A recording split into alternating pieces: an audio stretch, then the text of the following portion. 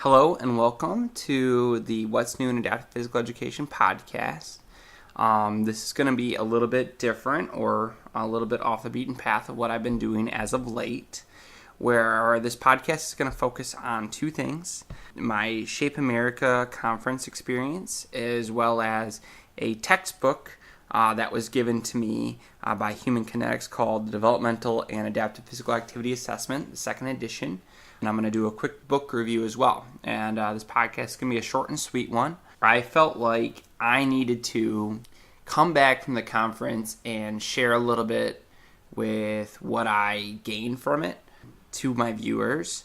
I was in Nashville this year, and this is my third time going, but I go to conferences, big ones and smaller ones, a couple times a year, because that's kind of where my career's going. But I really must say that this was one of the best ones I've been to for myself personally, for a whole bunch of reasons.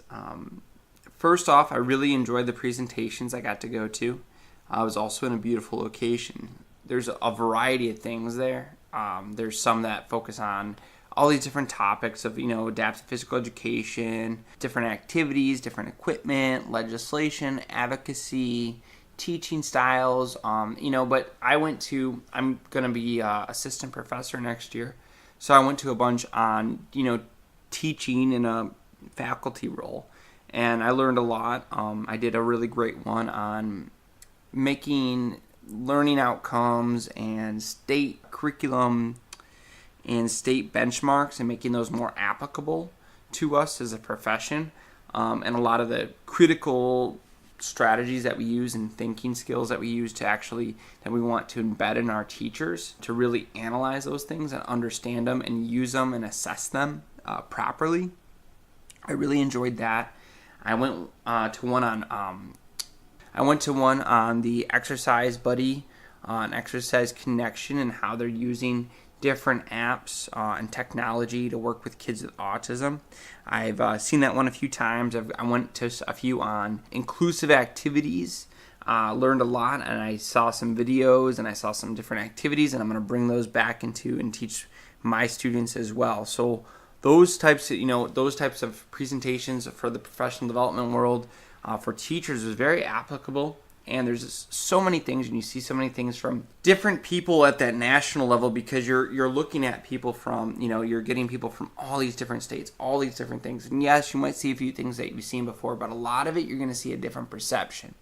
As well as, I got to say, some of the biggest things to me was just going there and feeling invigorated, and seeing stuff and saying, oh my God, like, look what the passion that these people have. Look at what they're doing. And feeling that passion, just kind of go back into yourself. I presented myself a poster on social media use in our field, as well as I went to a lot of research presentations, and I really enjoyed it. Felt like some really good research was going on. I saw, some great things that were, focused on what is the state of our undergraduate and graduate programs for adaptive physical education. I listened to some as well that were focused more on self-efficacy of PE teachers working with specific children with disabilities after they've had some certain types of interventions. I saw a bunch of different research pieces as well. But the part I really wanted to focus on, and this is why I felt so driven to make this and to reflect a little bit more on the podcast and use the podcast for myself as a reflecting tool, was just the collaboration and the networking and the friendships that I've seen myself start to really have at Shape. And, I've been in the field a few years, and I've been to Shape now about 3 times, but I've been in a lot of state conferences and different APE conferences as well, and I really feel like I've made a little connection with so many people. This was the first year at a Shape where I walked around and it seemed like every corner I knew somebody and I had a connection with somebody, and I had these really great in-depth conversations with people about what's going on with them, what's going on in the field, why are they driven to be here, why do they do what they do. And those conversations really, really pushed me it made me reflect, and I haven't been able to stop thinking about it since I've gotten back on Friday morning. And I really appreciate those things, those conversations that you gather from being able to be around all these enthusiastic people. They're difficult to replicate, I think, outside of these major conferences where you get all these passionate people that are so driven.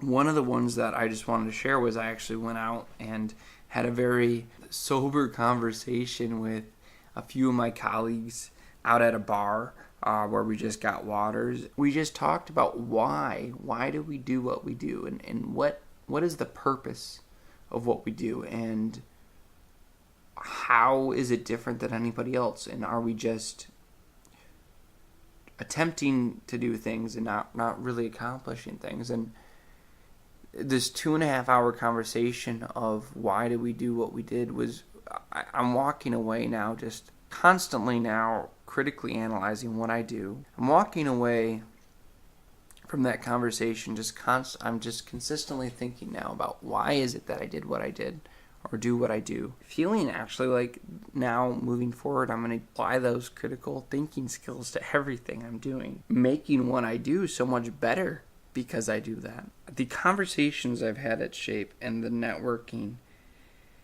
has made me a better teacher, a better researcher, and kind of just a better person. I think going to those things and meeting the people that are the movers and the shakers in the field is an experience that it's hard to appreciate until you've done it, but where you can gain skills and thoughts and knowledge.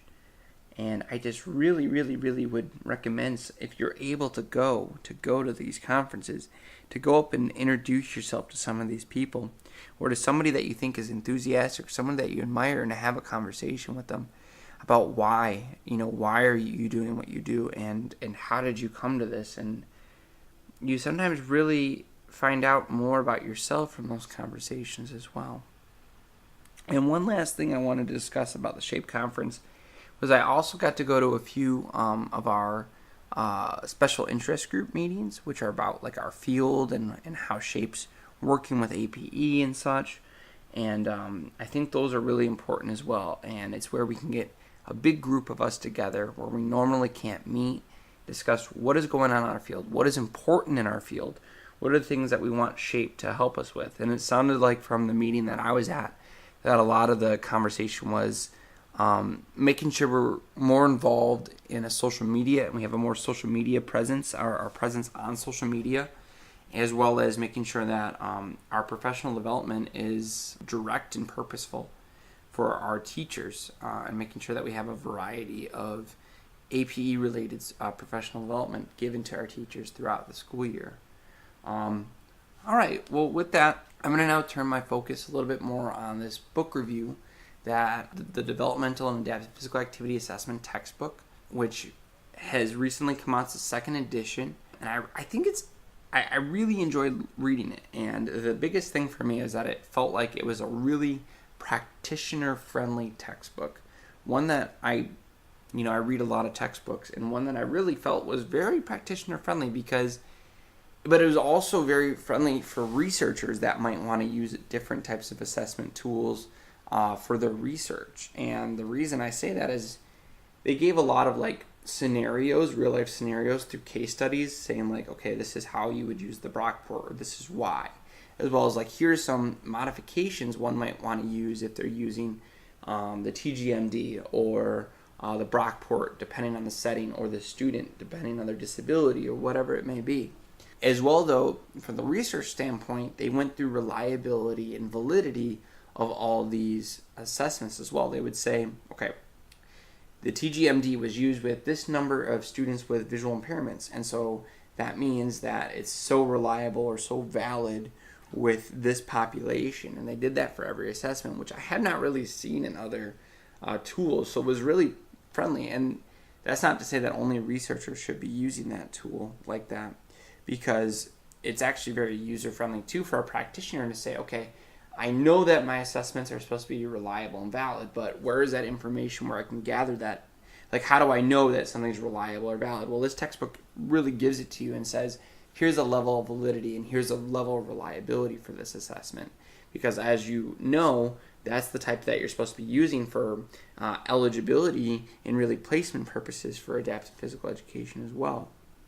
And they cover a ton of different topics with different types of assessments. They talk about how to administer one, how to select the correct assessment tools, and they talk about all these different pieces that you might want to look at, such as motor development, posture and gait.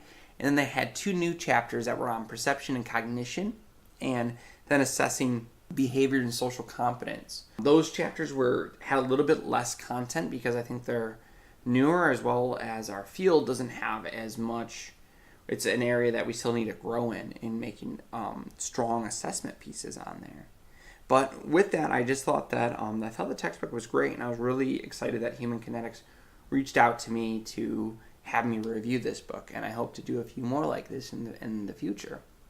Well, with that, we'll it's a shorter podcast, and we're gonna have Monica Lepore on here soon, talking about she's visited all these different universities in this last semester and looked at their practicum experiences working with children with disabilities in their university level, and we really want to hear from her.